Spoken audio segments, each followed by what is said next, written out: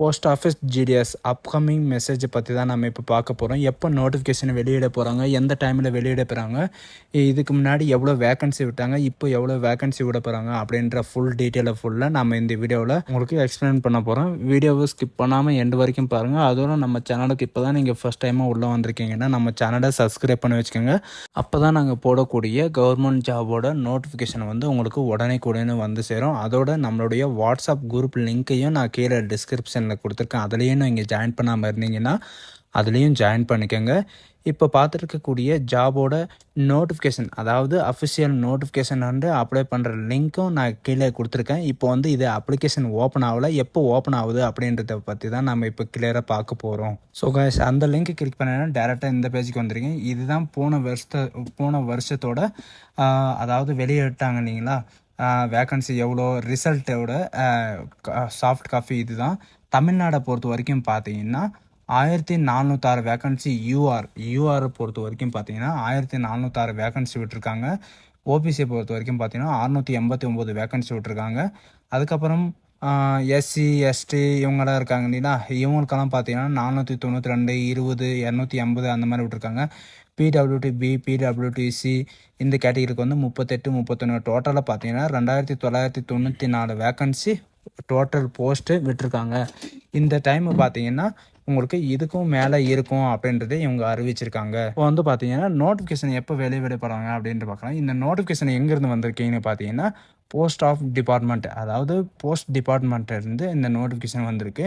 இந்த நோட்டிஃபிகேஷன் வந்து ரெகுலராக எப்போ ரிலீஸ் ஆகும் அப்படின்னு பார்த்தீங்கன்னா ஜூலை மாதம் தான் உங்களுக்கு இந்த நோட்டிஃபிகேஷனே ரிலீஸ் ஆகும். அதாவது போஸ்ட் ஆஃபீஸ் ஜிடிஎஸை பொறுத்த வரைக்கும் ஜூலையில் தான் ரிலீஸ் ஆகும் அப்படின்றதே இவங்க தெளிவாக சொல்லியிருக்காங்க. எப்போன்னு பார்த்தீங்கன்னா 2022லேயும் ஜூலையில் தான் ரிலீஸ் பண்ணியிருக்காங்க, 2023லேயும் ஜூலையில் தான் ரிலீஸ் பண்ணியிருக்காங்க. அதனால் உங்களுக்கு ஜூலையில் தான் ரிலீஸ் ஆகும். அப்ளை பண்ணுறதுக்கான டேட் எப்போ ஸ்டார்ட் ஆகும்னு பார்த்தீங்கன்னா ஜூலை, அதாவது ஜூலை ஆகஸ்ட்டில் வந்து பார்த்தீங்கன்னா உங்களுக்கு அப்ளிகேஷன் சப்மிட் பண்ணுறது, அப்ளிகேஷனை அப்ளை பண்ணுறதுக்கான நோட்டிஃபிகேஷன் வந்து வெளியிடுவோம் அப்படின்றத இவங்க சொல்லியிருக்காங்க. வீடியோவை பொறுத்த வரைக்கும் பார்த்தீங்கன்னா இவங்களுக்கு வந்து எக்ஸ்ட்ரா டைம் கொடுக்குறாங்க. இவங்களுக்கு கொடுக்குற டைமோட எக்ஸ்ட்ரா டைம், அதாவது இங்கே 3/8/2003 கொடுத்துருக்காங்க. இவங்க வந்து அந்த டேட்லேருந்து 26ஆம் தேதி வரைக்கும் இவங்க எந்த கரெக்ஷன் இருந்தாலும் சரி, எது இருந்தாலும் சரி, வீடியோவுக்கு மட்டும்தான் இந்த ஸ்பெஷாலிட்டி அப்படின்றது சொல்லியிருக்காங்க. அதுக்கப்புறம் பார்த்திங்கன்னா போஸ்டிங்கை பொறுத்த வரைக்கும் 2 விதமான போஸ்டிங் தான் கொடுத்துருக்காங்க. 2 விதமான போஸ்டிங் என்னென்னு பார்த்தீங்கன்னா பிபிஎம் அண்டு ஏபிஎம். இந்த 2 போஸ்டிங் தான் இது வரைக்கும் விட்டுருக்காங்க ஜிடிஎஸை பொறுத்த வரைக்கும். இது பார்த்தீங்கன்னா பிபிஎம்மை பொறுத்த வரைக்கும் அதாவது 12,000 ரூபாய் உங்களுக்கு சேலரி இருக்கும். ஸ்டார்டிங் 12,000 ரூபாயிலேருந்து 29,350 ரூபாய் வரையும் இருக்கும். ஏபிஎம்மில் பார்த்தீங்கன்னா 10,000லேருந்து உங்களுக்கு 24,470 ரூபாய் வரைக்கும் உங்களுக்கு சேலரி இருக்கும் அப்படின்றதே இவங்க சொல்லியிருக்காங்க. அதோடு பார்த்தீங்கன்னா பிபிஎம்க்கு ஃபுல் ஃபார்ம் வந்து பார்த்தீங்கன்னா பிரான்ச் போஸ்ட் மாஸ்டர். இதுதான் இவங்களுடைய வேலையாக இருக்கும். என்ன டியூட்டி இருக்குன்னு பார்த்தீங்கன்னா இவங்க வந்து அதாவது உங்கள் ஊர்லலாம் போஸ்ட் ஆஃபீஸில் வந்து உட்காந்துருப்பாங்க இல்லையா, பிஎல்ஐ ஓப்பன் பண்ணி கொடுக்குறது, ஐபிபிபி அக்கௌண்ட் ஓப்பன் பண்ணி கொடுக்குறது, இந்த போஸ்ட் ஆஃபீஸ் டீட்டெயிலெல்லாம் பார்க்குறது, அந்த மாதிரி வேலை இருக்கும் அப்படின்னு சொல்லியிருக்காங்க. இதோடு பார்த்தீங்கன்னா பிபிஎம் ஆவே ஓவரால் ரெஸ்பான்சிபிலிட்டி, அதாவது அந்த போஸ்ட் ஆஃபீஸோட ஓவரால் ரெஸ்பான்சிபிலிட்டி வந்து இவங்களுக்கு தான் இருக்கும் அப்படின்ட்டு சொல்லியிருக்காங்க. அதாவது அதுக்கு மேலே office to office include mail கன்வர்ஷனரி அப்படின்னு கொடுத்துருக்காங்க இல்லைங்களா, மெயில் டெலிவரி. இந்த ஆஃபீஸ்லேருந்து மற்ற ஆஃபீஸுக்கு வந்து என்னென்ன டாக்குமெண்ட்டு போகணும், என்னென்ன டாக்குமெண்ட் இருக்கணும் அப்படின்றத வந்து இவங்க தான் பிரித்து கொடுக்குற மாதிரி சொல்லியிருக்காங்க. நெக்ஸ்ட்டு பார்த்தீங்கன்னா ஏபிபிஎம். இதே வந்து பார்த்தீங்கன்னா அசிஸ்டண்ட் பிரான்ச் போஸ்ட் மாஸ்டர். இவங்க வந்து பார்த்தீங்கன்னா இவங்களுக்கு அசிஸ்டண்ட்டாக இருக்காங்க இல்லைங்களா, அந்த மாதிரி உங்களுக்கு ஜாப் இருக்கும் அப்படின்னு சொல்லியிருக்காங்க. போஸ்ட்மேன் வந்து போஸ்ட் வந்து வீட்டில் எடுத்துகிட்டு போய் டெலிவரி பண்ணுறது அந்த வேலை இருக்கும். அப்புறம் ஐபிபிபி அக்கௌண்ட்டு இவங்களுடைய டாக்குமெண்ட் எது வந்தாலே உங்களுக்கு ட்ரான்ஸ்ஃபர் பண்ணுற மாதிரி இருக்கும், டெபாசிட் பண்ணுற மாதிரி இருக்கும்.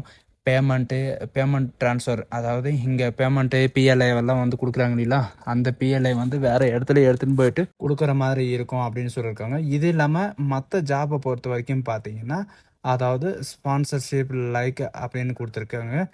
எம்ஓ, ஐபிஓ, ஏஎஸ்பிஓ, எஸ்பிஓ, எஸ்எஸ்பிஓ, அது மட்டும் இல்லாமல் எக்ஸட்ரா இன்னும் நிறைய வேலை இருக்கும் அப்படின்றதையும் இவங்க மென்ஷன் பண்ணியிருக்காங்க. அதுக்கப்புறம் பார்த்தீங்கன்னா கீழே ஸ்க்ரோல் பண்ணிட்டே வந்தீங்கன்னா உங்களுக்கான எலிஜிபிலிட்டி, அதாவது உங்களுடைய ஏஜ் வந்து எவ்வளோ இருக்குன்னு பார்த்தீங்கன்னா மினிமம் 18 வயசுலேருந்து 40 வயசு வரைக்கும் உங்களுக்கு அப்ளை பண்ணிக்கலாம் அப்படின்றது இவங்க சொல்லியிருக்காங்க. இது மட்டும் இல்லாமல் உங்களுடைய ஏஜ் ரிலாக்ஸேஷன் வந்து கொடுத்துருக்காங்க. கேஸ்ட் வைஸ் அதுவும் பிரித்து கொடுத்துருக்காங்க. ஒவ்வொரு கேஸ்ட்டுக்கும் எவ்வளோ ஏஜ் ரிலாக்ஸேஷன் இருக்கும் அப்படின்னு சொல்லிட்டு. எஸ்சி எஸ்டியை பொறுத்த வரைக்கும் பார்த்தீங்கன்னா 5 இயர் ரிலாக்ஸேஷன் இருக்கும். அதர் பேக்வேர்ட் கிளாஸை பொறுத்த வரைக்கும் பார்த்தீங்கன்னா, அதாவது ஓபிசியை பொறுத்த வரைக்கும் பார்த்தீங்கன்னா 3 இயர் ரிலாக்ஸேஷன் இருக்கும். அதுக்கப்புறம் பார்த்தீங்கன்னா இடபிள்யூஎஸ் நோ ரிலாக்ஸேஷன், இவங்களுக்கு வந்து ரிலாக்ஸேஷனே கிடையாது அப்படின்னு சொல்லியிருக்காங்க. பிடபிள்யூடி, அதாவது விதவையாக இருக்காங்க இல்லைங்களா, அவங்களுக்கு வந்து 10 இயர் வரைக்கும் இருக்கும் அப்படின்னு சொல்லியிருக்காங்க. பிடபிள்யூடி ஓபிசியை பொறுத்த வரைக்கும் பார்த்தீங்கன்னா 13 வருஷம் உங்களுக்கு இருக்கும். எஸ்சி எஸ்டி, அதாவது பிடபிள்யூடியில் எஸ்சி இருக்கிறவங்களுக்கு வந்து 15 வருஷம் ரிலாக்ஸேஷன் இருக்கும் அப்படின்னு சொல்லியிருக்காங்க.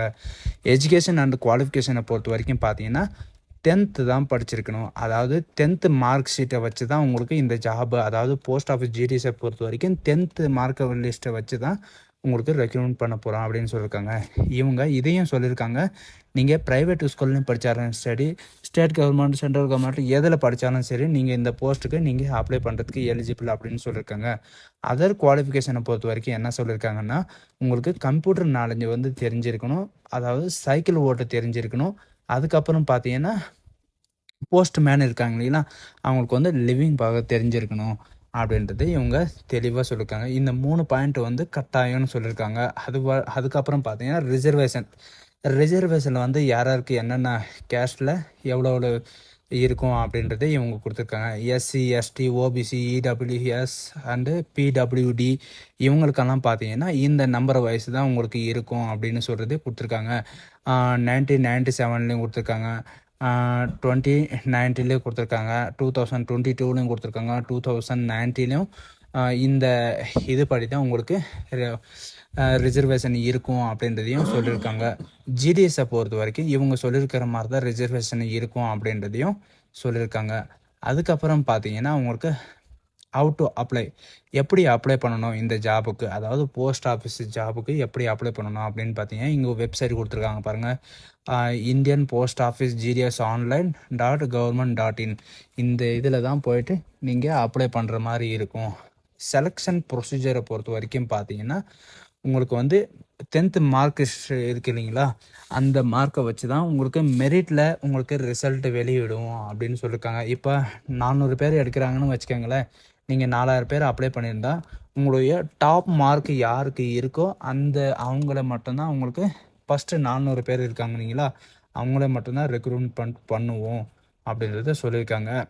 நீங்கள் 10th பாஸ் பண்ணாலே நீங்கள் இதுக்கு அப்ளை பண்ணுறதுக்கு எலிஜிபிள் அப்படின்றதையும் சொல்லியிருக்காங்க. சிலர் பேர் வந்து இவ்வளோ மார்க் எடுத்தால் தான் அப்ளை பண்ணணுமா, இல்லை 250 மார்க் எடுத்தால் அப்ளை பண்ணணுமா பண்ணக்கூடாதா அப்படின்னு கேட்குறீங்க. அது அப்படியெல்லாம் கிடையாது. நீங்கள் 10th பாஸ் பண்ணாலே போதும், நீங்கள் அப்ளை பண்ணுறதுக்கு எலிஜிபிள் ஆகுங்க. இவங்க கிரேடை பொறுத்த வரைக்கும் கொடுத்துருக்காங்க பாருங்கள், A1 A2 B1 B2 C1 C2 D இந்த கேட்டகிரியில் தான் உங்களுக்கு மார்க்கை வச்சு ரெக்ரூட்மெண்ட் பண்ண போகிறாங்க. A1 பார்த்தீங்கன்னா உங்களுக்கு 10 பாயிண்ட்ஸ் இருக்கும், A2 பார்த்தீங்கன்னா 9 பாயிண்ட்ஸ் இருக்கும், B1 பார்த்தீங்கன்னா 8 பாயிண்ட்ஸ் இருக்கும், B2 பார்த்தீங்கன்னா 7 பாயிண்ட்ஸ் இருக்கும். இந்த மாதிரி உங்களுக்கு மார்க் வயசு, அதாவது நீங்கள் 90% வாங்கியிருந்தீங்கன்னா மற்றவங்க வந்து 80% 70% வாங்கியிருந்தாங்கன்னா இந்த கேட்டகிரி வயசு உங்களுக்கு இருக்கும் அப்படின்னு சொல்லியிருக்காங்க.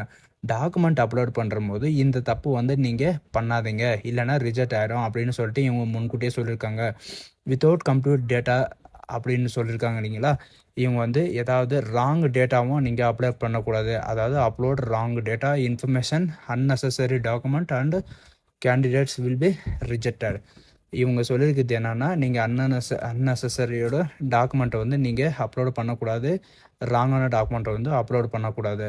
செலெக்ஷன் கமிஷனை வந்து எங்கன்னு பார்த்தீங்கன்னா, கம்யூனிகேஷன் எப்படி பண்ணுவாங்கன்னு பார்த்தீங்கன்னா, நீங்கள் ரிஜிஸ்ட்ரேஷன் பண்ணுறீங்க இல்லைங்களா, நீங்கள் ரிஜிஸ்ட்ரேஷன் பண்ணுற மெயில் ஐடி அண்டு அவங்களுடைய எஸ்எம்எஸ் ரிஜிஸ்ட்ரேஷனில் வந்து பார்த்தீங்கன்னா உங்களுக்கு அதுலேயே உங்களுக்கு ரிசல்ட் வந்துடும் அப்படின்னு சொல்லியிருக்காங்க. உங்களுக்கு எப்போ டாக்குமெண்ட் வெரிஃபிகேஷன் இருக்கும் அப்படின்றது போஸ்ட் கவர்லேயே உங்களுக்கு வந்துடும் அப்படின்னு சொல்கிறாங்க. அது மட்டும் இல்லாமல் உங்களுக்கு வெரிஃபிகேஷன் எத்தனை நாள் நடக்கும்னு பார்த்தீங்கன்னா டோட்டலாக 15 நாள் நடக்கும். ஆக்சுவலி பார்த்தீங்கன்னா 10 நாள் தான் உங்களோட டாக்குமெண்ட் சப்மிட் பண்ணுற டைமு. இவங்க வந்து பார்த்தீங்கன்னா 5 நாள் எக்ஸ்ட்ரா கொடுக்குறாங்க. அந்த 5 நாள் யாருக்குன்னு பார்த்தீங்கன்னா விடோவுக்கும் இருக்கும், உங்களுக்கும் இருக்கும் அப்படின்றத இவங்க தெளிவாக சொல்லியிருக்காங்க. இவங்க முதலே சொன்ன மாதிரி தான் எஸ்எம்எஸ் மூலயமா தான் உங்களுக்கு எல்லாமே டோட்டலாக உங்களுக்கு ரெக்ரூட்மெண்ட் பண்ணுவோம் அப்படின்றது சொல்லியிருக்காங்க. அதனால் ஃபோன் நம்பரை நீங்கள் கரெக்டாக கொடுங்க. ஃபோன் நம்பரு நீங்கள் ஒவ்வொருத்தரும் என்ன பண்ணுவாங்க தெரியுங்களா? ஃபோன் நம்பரை வந்து தப்பாக கொடுத்துருவாங்க. அதாவது தெரிஞ்சு கொடுக்க மாட்டாங்க, தப்பாக ராங் ஆயிரும். அதுக்கப்புறம் பார்த்தீங்கன்னா உங்களுக்கு ஷார்ட் லிஸ்ட் ஆனாலும் அவங்களுக்கு வந்து எஸ்எம்எஸும் வராது, எதுவும் வராது. போஸ்ட் மூலயமா வந்ததுக்கப்புறம் தான் இவங்களுக்கே தெரியும் நம்ம செலக்ட் ஆகிட்டோம் அப்படின்றது இவங்க சொல்லியிருக்காங்க. அதுக்கப்புறம் பார்த்தீங்கன்னா கீழே ஸ்க்ரோல் பண்ணிட்டே வந்தீங்கன்னா இவங்க வந்து கம்யூனிட்டி வாய்ஸ் கொடுத்துருக்காங்க. அதுக்கப்புறம் பார்த்தீங்கன்னா விடோ இவங்களை பொறுத்த வரைக்கும் பார்த்தீங்கன்னா இவங்களுக்கு எக்ஸ்ட்ரா பெனிஃபிட்டும் கொடுத்துருக்காங்க. அது வந்து கீழே ஸ்க்ரோல் பண்ணிட்டே வந்தீங்கன்னா அங்கே இருக்கும். அதுக்கப்புறம் பார்த்தீங்கன்னா டாக்குமெண்ட்டு எப்படி அப்லோட் பண்ணணும், அதாவது ஃபோட்டோ எப்படி அப்லோட் பண்ணணும்னு பார்த்தீங்கன்னா ஜேபிஇஜி அதில் அப்லோட் பண்ணணும். 50 KB வரைக்கும் கேட்டிருக்காங்க. சிக்னேச்சரை பொறுத்த வரைக்கும் பார்த்தீங்கன்னா 20 KB வரைக்கும் நீங்கள் அப்லோடு பண்ணலாம் அப்படின்றத இவங்க தெளிவாக சொல்லியிருக்காங்க. அதுக்கப்புறம் பார்த்தீங்கன்னா விடோ நான் முன்னே சொன்ன மாதிரி தான் விடோ அப்ளிகேஷன் ஃபார்ம் கரெக்ஷனை வந்து எப்போ பண்ணலான்னாக்கா இவங்க கொடுத்துருக்கிற டேட்டோட எக்ஸ்ட்ரா டேட்டு கொடுப்பாங்க. அதாவது நார்மல் கேட்டகரிக்கு வந்து டேட்டு கொடுப்பாங்களா, அதோட எக்ஸ்ட்ரா டேட்டு கொடுப்பாங்க. இவங்களுக்கு அப்ளை பண்ணதுக்கப்புறம் ஏதாவது கரெக்ஷன் பண்ணணும், இல்லை அப்ளையும் பண்ணணும் அப்படின்னு இருந்தால் அந்த டைமில் வந்து நீங்கள் அப்ளையும் பண்ணிக்கலாம், கரெக்ஷனும் பண்ணிக்கலாம் அப்படின்றத சொல்லியிருக்காங்க. எனக்கு தெரிஞ்சு விடோ இருக்காங்கன்னா அவங்க வந்து அப்ளை பண்ணாலே உங்களுக்கு வேலை கன்ஃபார்ம் அப்படின்ற மாதிரி இவங்க சொல்லியிருக்காங்க. ஏன்னா இவங்களுக்கு விடோவுக்கு வந்து இவங்க கேட்குற சர்டிஃபிகேட்டெல்லாம் வச்சா உங்களுக்கு கண்டிப்பாக வேலை உண்டு அப்படின்னு சொல்லியிருக்காங்க. இவங்க பாருங்கள், ஒரிஜினல் மார்க் ஷீட், அதாவது போர்ட் ஷீட் கேட்குறாங்க, original community caste EW certificate கேட்குறாங்க, ஒரிஜினல் பிடபிள்யூடி சர்டிஃபிகேட் கேட்குறாங்க, ஒரிஜினல் ட்ரான்ஸ்ஜெண்டர் சர்டிஃபிகேட் கேட்குறாங்க, original date of birth proof. இதெல்லாம் நீங்கள் வச்சு கரெக்டாக டாக்குமெண்ட்டை நீங்கள் வெரிஃபை பண்ணிங்கன்னா உங்களுக்கு கண்டிப்பாக வேலை கிடைக்கும். நீங்கள் மெரிட்டில் வந்தாலும் சரி வரலானாலும் சரி இவங்களுக்கு வேலை கிடைக்கும் அப்படின்றத இவங்க சொல்லியிருக்காங்க. நான் உங்களுக்கு முன்னாடியே சொன்ன மாதிரி தான் இந்த அப்ளிகேஷன் வந்து எப்போ ஓப்பன் ஆகும் அப்படின்னு பார்த்தீங்கன்னா ஜூலை, அதாவது அடுத்த மாதம் ஜூலையில் வந்து உங்களுக்கு கண்டிப்பாக இந்த அப்ளிகேஷன் ஓப்பன் ஆகிடும். ஏன்னா வருஷம் பார்த்தீங்கன்னா உங்களுக்கு ஜூலையில் தான் அப்ளிகேஷன் ஓப்பன் ஆகுது. அதுக்கப்புறம் பார்த்தீங்கன்னா ஆகஸ்ட்டில் வந்து உங்களுக்கு அப்ளை பண்ணுற மாதிரி டேட்டு கொடுத்துருக்காங்க. அதில் வந்து நீங்கள் அப்ளை பண்ணி நீங்கள் யூஸ் பண்ணிக்கோங்க. சரிங்களா? ஸோ காய்ஸ், இந்த வீடியோ பிடிச்சிருந்தா உங்கள் ஃப்ரெண்ட்ஸ் அண்ட் ஃபேமிலிக்கு கண்டிப்பாக ஷேர் பண்ணுங்கள். தேங்க்யூ.